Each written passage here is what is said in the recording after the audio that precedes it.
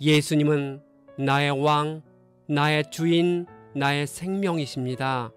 하나님 아버지, 엘리바스가 세 번째로 나와 욥의 죄를 나열하는 말을 듣고 욥이 전후 좌우에서 하나님을 찾다가 절망하는 모습을 봅니다.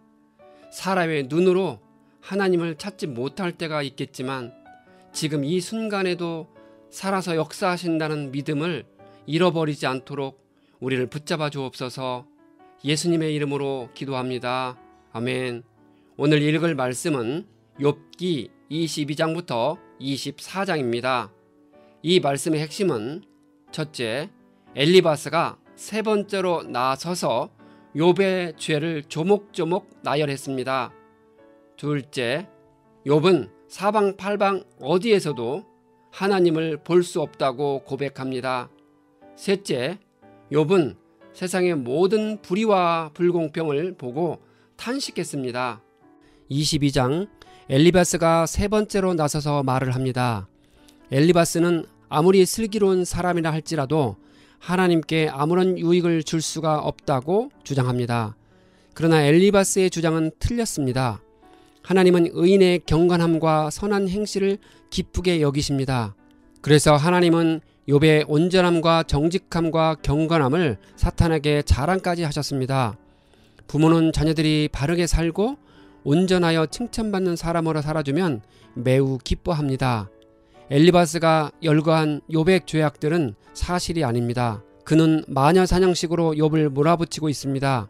그는 욥의 죄악일 것이라고 짐작되는 것을 억지로 들춰내고 있습니다. 그는 여전히 욥의 재난에 대한 이유를 주변에서 계속해서 찾고 있습니다. 그런데 우리 모두도 이런 실수를 흔히 범합니다. 주변에서 재난을 겪는 사람을 보면 본능적으로 그 사람의 죄를 생각해냅니다.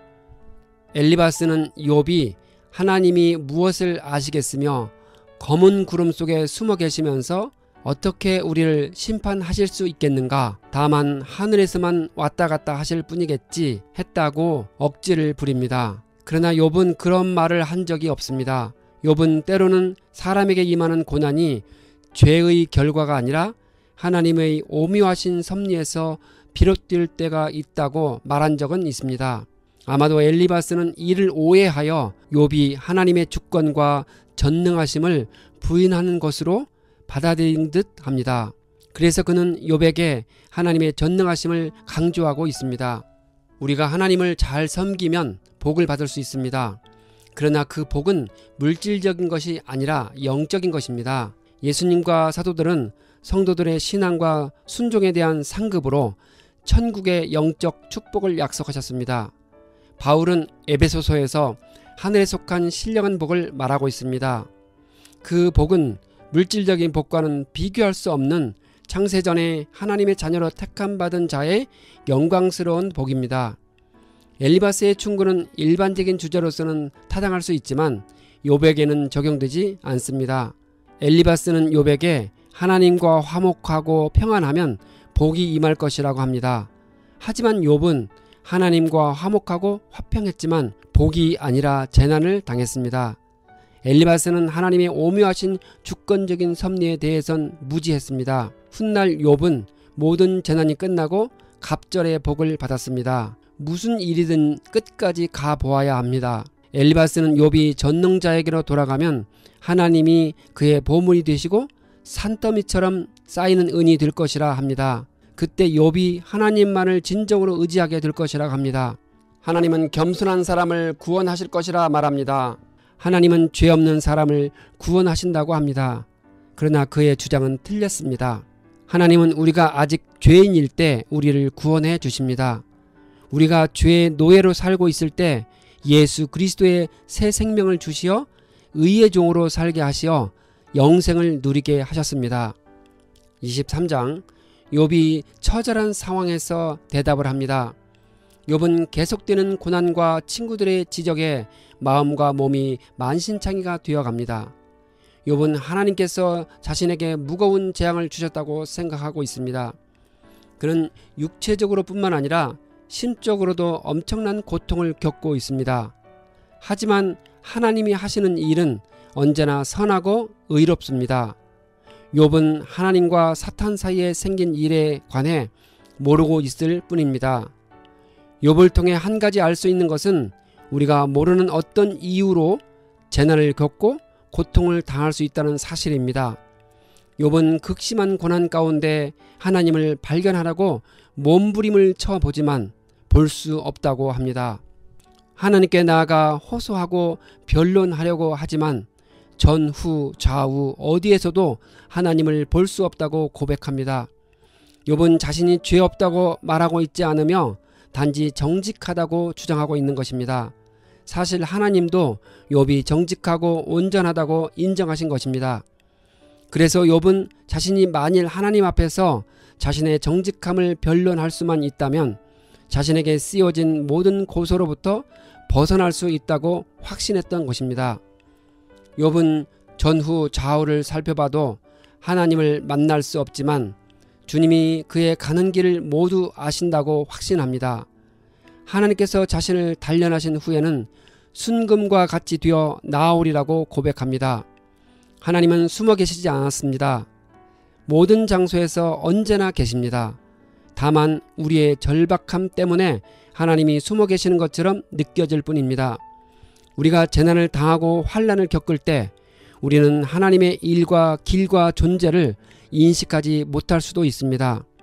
하지만 하나님은 언제 어디서나 우리와 함께 계십니다. 그분은 어떠한 경우에도 결코 자기 백성에게서 숨으시는 분이 아닙니다. 욥은 하나님이 하시고자 하면 모든 것을 하실 수 있다고 생각하고 있습니다. 욥은 하나님 앞에서 깨닫고 두려워한다고 고백합니다. 욥의 이런 생각은 부분적으로는 옳습니다. 하나님이 원하시면 우리에게 재난을 주실 수도 있으시고 복을 주실 수도 있습니다. 하나님은 항상 우리에게 최선의 것을 주시길 원하십니다. 재난조차도 당시에는 모르지만 그것을 이겨내고 뒤돌아보면 우리 삶에 유익을 주었다는 것을 깨닫습니다. 욥도 나중에 하나님의 선하심을 경험합니다. 하나님을 믿는 사람은 우리를 향한 그분의 계획을 결코 두려워해서는 안 됩니다.